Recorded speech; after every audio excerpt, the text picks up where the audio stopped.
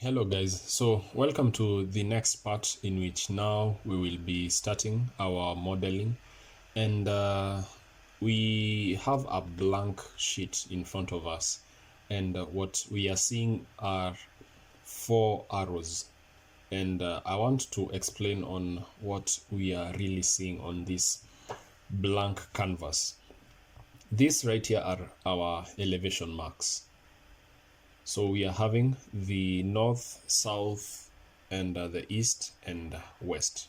So I'll come here to wall just to demonstrate on all that, and I'll just do a simple wall like that. This is just for demonstration, and then I can click on door. It will give me a single flash of 915, and I can do a door there, two doors there, one door over there. Or maybe let's change this to become a rectangle, and then I'm demonstrating something, so apologies if I'm moving a bit quick. And then one. So right here I have done a certain shape in which we are seeing. Now this looks a bit funny. On the upper part we have three doors. On this side we have one door.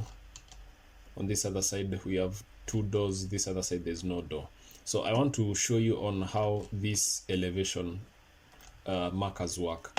If I come to the project browser, if I just minimize all this, the ceiling plan, and come to elevation, if I click on east, I expect to see the view from this side, which is this. This is the east side. So when I click on east, what I am seeing are two doors, and on this long side there are no doors. So if I come to level 1, I am seeing two doors and no door at this side. So that if I add another door here, if I come to east, I should be seeing an extra door added, which is this one. If I click on it and leave it still highlighted, going back to level 1, navigating between these tabs, when you open a tab it will be appearing on this gray area. If I go to level 1, that same door will be highlighted. If I go to the south elevation, which is here, there are two ways to go to the south elevation, or any elevation rather. I can click on here, south. It will lead me to the south elevation, in which I'm seeing one door on the left, two doors on the right. If I go here, it's one door on the left, two doors on the right. The other way of going to the south elevation is just clicking here, and I'm there already. So right on this arrow, the highlighted part, you double click on it. We can try that with maybe where we can see three doors with the north elevation. If I double click, I go to the north elevation and I'm seeing three doors, then maybe one door on the far end. It's because of the weird shape, but I believe you now get the overall perspective of what I am explaining. So we can delete this and go through the various elements that we are going to be engaged with. So these are the elevation markers, in which we have the north. I can just close this. We have the north, west, south, and east. There are two ways to go there. You can either click on this elevation on the project browser, or on either of the arrows, you just double click and it will lead you there. So what elements are we going to be engaged in? We are going to be dealing with the walls, in which we have architectural walls, structural walls, and wall by face. We will only deal with architectural wall, as these others are more advanced. We are going to deal with doors, in which with doors it's just a simple click like that and you're able to place a door. We can't place a door at the moment. As you can see, I'm having an impossibility on placing a door in the project space. That's because a door is a family element that is tied up to walls only. That means I must be having a wall so that I can be able to place a door like that. So these elements or these families are things that are tied together. Same with the windows. So I can right click, click cancel, and if I go to Windows, the window that will pop up, the fixed, when I'm outside the linked element, I cannot place a window. A window cannot be hanging in the air, but rather it can be placed on a wall. And we have various sizes of the windows. So for this one, for example, it's telling me it is 406 by 610 millimeters, but as time moves on, I'll show you how we can adjust these size elements and how we can get more families for the windows. What I'm doing here, I'm dragging my left mouse button, I'm clicking and I'm dragging to the left to highlight everything, and I can delete it. That's for the door in which we have the architectural, that's for the wall in which we have the architectural wall. We've looked into the door and we've looked into the window. The component, column, roof, ceiling, these ones may come later on as the project advances into its design phase. So clicking the wall architecture, we have various types of walls in which you can be able to select depending on the type of wall that you want to do. We have the generic, we have the generic 200, we have the generic 300 mm, that's the thickness of the wall. We have also another category called the curtain wall. We have the stacked wall. All these are types of walls that you can use in your project. These are brick walls in which one side is brick, the other side is another material element. So for our project, I'll just use the generic 200 mm, but later on I will add certain material properties so that we can define that, and that will be later explained during the rendering stage. So what can we design here? When you click on the wall element, we have here our height. Currently we can choose to either have the height of the wall constrained to a certain level or unconnected. And if unconnected, we can define the height.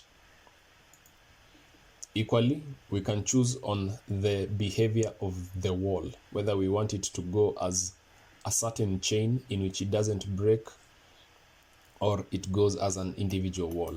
Let me explain that. So for the height, let's just do a standard 3-meter wall height, and this one is highlighted as chain. So you can notice that for this wall,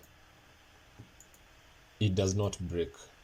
If I click off the chain, that means I'm now doing individual walls. So it depends on the style that you want to engage the project in a certain manner. Let's delete this and click on wall architecture. We are having the generic 200 mm. We'll have our standard height at 3000, and right here we can either draw the walls as line or as various shapes. So I'll just choose a rectangle. I don't know what we are designing, so you'll bear with me on this one. I'm thinking of doing, this is what I'm thinking anyway, of doing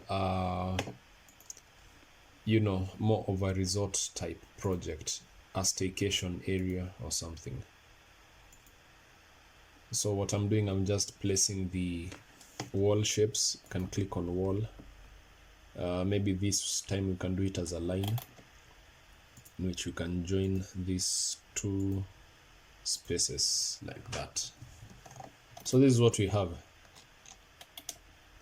It looks like an interesting shape, so we'll see how that goes for us. It may backfire, but you know, it's just to go through the software's capabilities.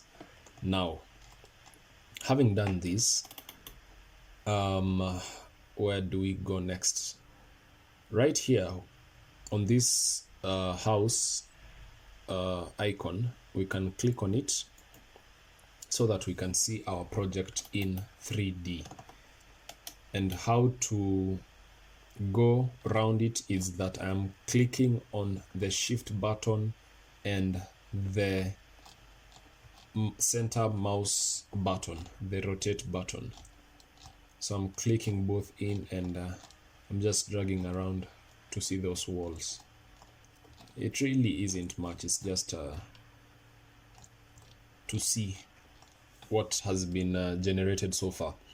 So whatever you do on the 2D space is automatically updated on the 3D space. Now let's define these spaces. I want to split this wall into two so that I join these two spaces, so that I can have here as my main entrance, and on the left hand wing I can have a certain space, and on the right hand wing I can have another space. So maybe one area can be the sitting area, the other one can be the sleeping area, or one side can be the bathroom, the other side can be the sleeping area. So we'll see how that goes for us. So to split this wall, I'm going to use a shortcut. You type in SL, which is splitting the element, SL, and I will have that marker there. Press escape or escape twice, and then I'm going to use another shortcut, TR, which means trim element. So TR, and I'll be able to select this wall, and this wall. Let's do the same. Press escape. So in order to do the same on this other wall without the shortcut, that is, just click on the wall and automatically it brings you these elements right here. You see how it has changed. We are having various elements. So in order to split it, you can just hover around and see that we are having the TR that we've just used, the trim extend. Right here we are having the array, we are having the mirror, and I'll show you the shortcuts of all this. And the SL that we used, this one is for delete, is right here. So you can equally highlight the wall, click on this, and you can see the same icon appearing. Click on the wall. That means the wall is now cut into two. After that, you can come to the trim extend, TR, click on that, and on the walls you can be able to achieve that space. So I want to stop it right here because we've dealt with the walls. Next, I want us to deal with a matter of the elevation heights. I want us to deal with the doors and windows. So we are going to keep it short. I believe you've seen how we've dealt with the walls, the generic 200 mm, and how we've split these elements and how we've joined it with other existing walls. So until next time, bye bye.